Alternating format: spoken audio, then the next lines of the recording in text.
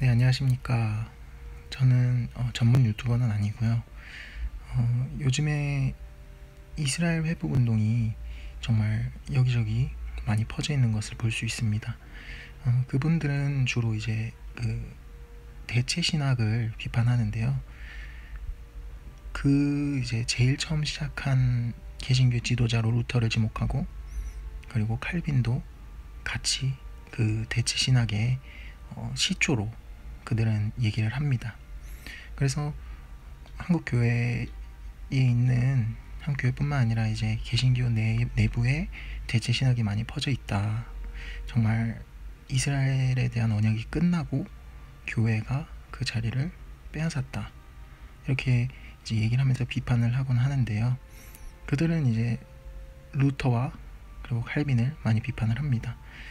저 역시 이제 루터의 견해는 확실히 유대인들을 많이 핍박하는 그런 것들이 있다라고 생각을 하는데, 제가 기독교 강요를 읽어봐도 칼빈은 전혀 다른 견해를 취하고 있거든요. 그래서 제가 직접 뭐 말로 하는 것보다 직접 칼빈이 써놓은 것들을 보여드리면서 이제 얘기를 좀 더 해나가도록 하겠습니다. 그런 이스라엘 관련 내용이 있는 것은 이 제1권 제2권 10장 신구약의 유사점과, 그리고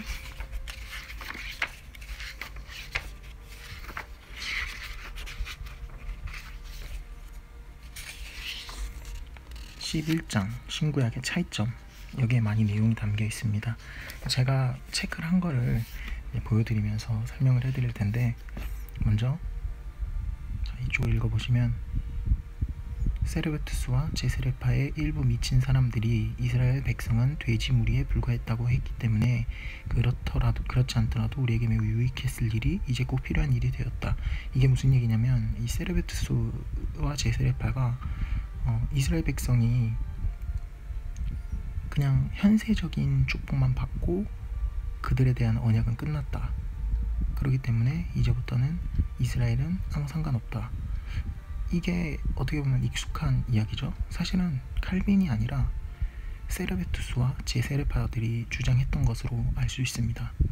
칼빈은 오히려 그거에 대해 이스라엘을 이제 변호하는 편에 있었죠. 그래서 하는 얘기를 보면은, 주께서 이스라엘 백성을 지상 생활에서 살찌우셨지만, 풍족하게 하셨지만 그들에게 하늘 영생에 대한 희망은 주시지 않았다고 그들은 짓거리기 때문입니다. 제세르파가 이렇게 얘기를 했다고 합니다. 그리고 우리는 그리스도 강림 전에 주께서 이스라엘 백성과 맺으신 언약과 그리스도 출현 후에 우리들과 맺으신 언약이 얼마나 서로 같으며 또 다른가를 잠깐 보기로 하겠다. 이게 이 10장의 서론입니다. 조금 더 찾아보면은, 저걸 보시면 복음에 관한 약속은 율법서와 예언서에 인봉되었고 새로운 백성을 위해 있었던 것이라고 하는 폐악한 말을 해서는 안 된다. 사도는 율법에 복음이 약속되었다고 말하고, 조금 후에 무릇 율법에 있는 것은 특히 율법 아래 있는 자들을 위한 것임은 의지할 여지가 없다라고 첨가한다. 즉 이스라엘 백성을 위해서도 복음이 약속되었다라는 거죠. 그래서 바울은 다른 것과 관련하여 이 말을 했던 것을 나는 인정한다. 칼빈은 이 말을 인정한다는 겁니다. 그래서 더 찾아보면, 그러면 감히 유대인들을 그리스도에게서 분리할 수 있겠는가? 정말 어떻게 이런 말을 하는 칼빈을 대체신학자라고 몰아세우는지 저는 이해할 수가 없습니다. 그들 이스라엘 회복 운동하는 사람들이 하는 얘기가 오히려 이런 얘기거든요. 유대인들에게 메시아를 뺏지 말라. 이제 그 메시아닉 주들 역시 이런 얘기를 하고요. 근데 칼빈이 종교개혁 시대에 이미 이런 말을 했다는 겁니다. 누가 감히 유대인들을 그리스도에게서 분리할 수 있겠는가? 그들에게 복음의 언약을 주셨다고 하며 복음의 유일한 토대는 그리스도가 아닌가? 믿음으로 의롭다함을 얻는다는 가르침을 받았다고 하는 사람들을 누가 감히 거저 얻는 구원의 선물에서 격리할 수 있는가? 자, 여기 보시면 이스라엘과 우리를 같다고 한다. 그리고 좀 더 찾아보면 여기를 보면 이것을 보면 우리는 확신을 가지고 그 결론 지을 수 있다. 주께서는 지금 우리에게 주시는 것과 똑같은 영원한 하늘 생명의 약속을 유대인들에게도 알리셨을 뿐 아니라 진정한 영적 성례전으로 그 약속에 인을 치셨다고. 분명히 칼빈은 이스라엘의 언약과 그리고 우리에게 주어진 언약이 같다고 얘기를 합니다. 결코 뭐 언약이 끝났다라거나 교회가 그 자리를 대체했다거나 그런 얘기를 한 적은 한 번도 없습니다. 칼빈은. 보시면 이 같은 경우는 그들이 현세 생활만으로 행복을 느낀다면 모든 사람 가운데서 가장 가련한 인간이라는 것을 생각하게 만든 훈련이었다. 즉 이제 이스라엘 백성이 현세에 축복을 받았던 것은 현세에서 살면서 그 현세의 축복이 있음에도 이 생활이 힘들기 때문에 영생을 꿈꾸게 하였다는 것을 얘기해 주는 겁니다. 자, 보면 그의 일생이 완전히 불행은 아니었다고 항변하지 말라. 무한히 많은 곤란을 당하면서 오랫동안 악정고투하는 사람을 행복하게 산다고 우린 말하지 않는다. 이건 무슨 얘기를 하냐면 이제 족장들 역시 이러한 현세의 어려움 통해서 영원한 언약을 꿈꾸게 하셨다라는 겁니다. 하나님께서. 계속 찾아보면은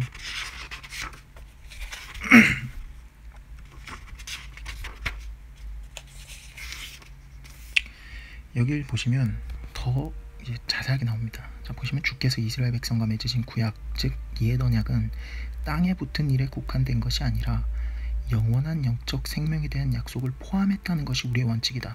이게 개혁교회의 원칙이라는 것입니다. 이 언약에 참으로 찬동한 사람들은 모두 그 마음에 이런 생명에 대한 기대가 깊이 새겨져 있었다.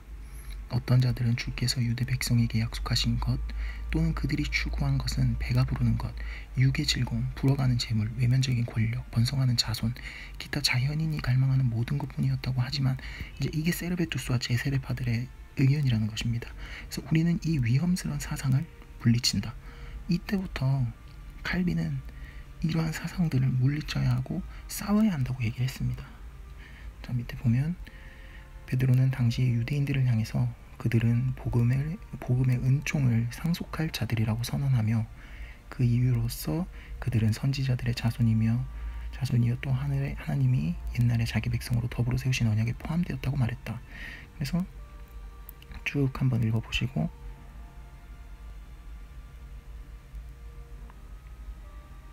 여기 한 번 더 나옵니다. 아까 그 그리스도에 관련 내용처럼 그 성령께서 그들 속에도 마찬가지로 계셨다는 뜻이다. 그러면 우리는 어찌 그들에게서 생명의 상속을 감히 빼앗을 것인가? 이게 칼빈의 입장입니다. 자, 마지막. 그렇다면 지금 이스라엘에 대해서 칼빈은 어떻게 생각하는가? 보시면 지금 유대민족은 전체적으로 메시아의 지상적 왕국을 기다리고 있지만 그들은 복음을 거부하기 때문에 이 벌을 받으리라고 성경이 벌써 예언하지 않았다면 이 벌이라는 것은 끊어졌다라거나 뭐 언약이 끝났다거나 하는 것이 아니라 그 뒤에 나오는 것처럼 유대인들은 모세를 읽으며 항상 그의 글을 급히 생각하지만 그들의 눈을 너울이 가리워 그의 얼굴에 있는 빛을 보지 못한다. 복음을 보지 못하게 잠깐 눈이 가려졌다라는 얘기입니다. 그래서 그들은 지금 모세의 얼굴을 그리스도에게서 될 수 있는 대로 멀리 떼어놓으려고 하지만 모세의 얼굴은 그리스도에게로 돌릴 때까지 그들은 항상 가리워 숨겨 있을 것이다. 이 얘기가 뭐냐면 그리스도에게로 그러니까 그들이 그리스도에게로 돌아온다라는 겁니다. 그 전까지는 숨겨져 있을 거라는 그 로마서의 말씀과 일맥상통하는 거죠.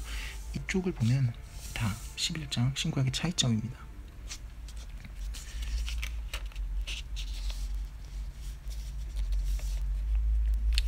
여기 보면 더 자세하게 나옵니다.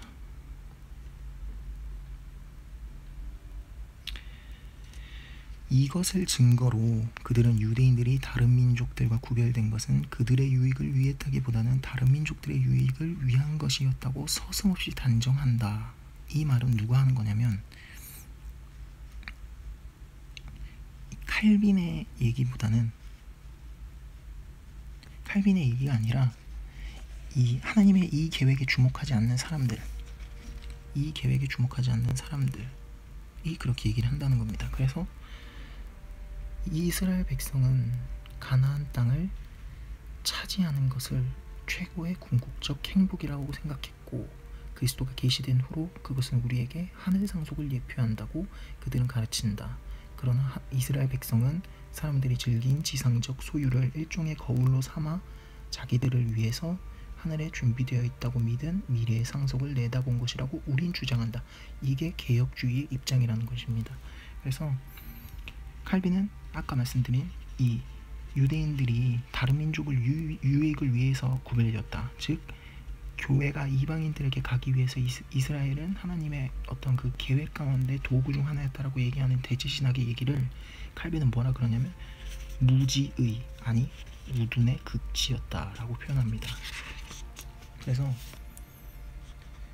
이제 계속 읽으면 너무나도 분명하게 나옵니다. 근데 이게 다 읽어드릴 수가 없기 때문에 제가 가장 칼빈이 말하는 핵심적인 그 글을 보여드리고 마무리 짓도록 하겠습니다.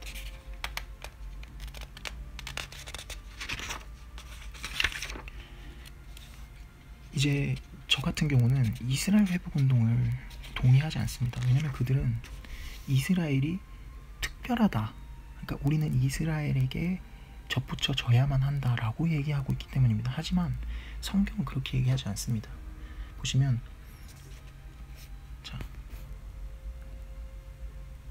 여기 보시면 그들은 자기를 그들의 하나님이라고 부르며 높이게 하셨다. 그들이 자기를 그들의 하나님이라고 부르며 높이게 하셨다. 동시에 모든 다른 족속들은 자기와 아무 상관없는 듯이 헛된 길로 다니게 묵인하셨다. 그들의 치명적 질병에 대한 유일한 치료법인 말씀 전파도 그들에게는 주시지 않았다. 이방인에게 그렇게 하셨다는 겁니다. 그때 이스라엘은 주의 제일 사랑하시는 아들이었고 다른 민족은 남이었다.